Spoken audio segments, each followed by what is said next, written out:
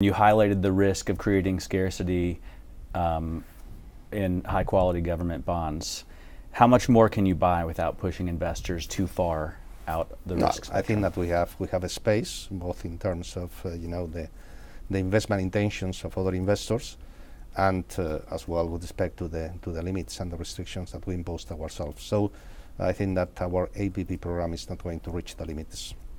You do short term. You do highlight also the asset management industry as one that's particularly vulnerable, especially to something like this, I would assume. And we've seen a lot of cases of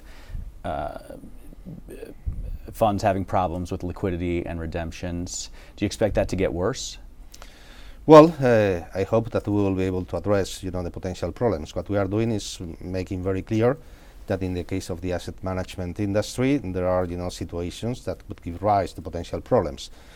For instance, the industry is much bigger than it was. Secondly, in the investment strategy, they are taking more risk and they are investing in more illiquid assets. And afterwards, finally, not as much in the case of Europe, but because this is a situation that is much more evident in the case of the States, they are taking more leverage.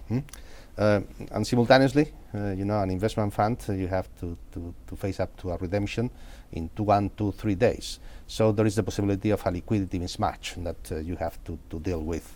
So the recommendation is that we should have a toolkit of macropotential instruments for the asset management industry. We have it for the banks. In the case of the banks, and as you know, the supervision is much more intense than in the case of the asset management industry. And we should have it as well, this kind of potential instruments to be used in the asset management industry. So what does that mean? You're developing now a toolkit to be used? Or? Well, it's something that we have been analyzing, in different fora. For instance, in the ESRB, now we have started to talk about that.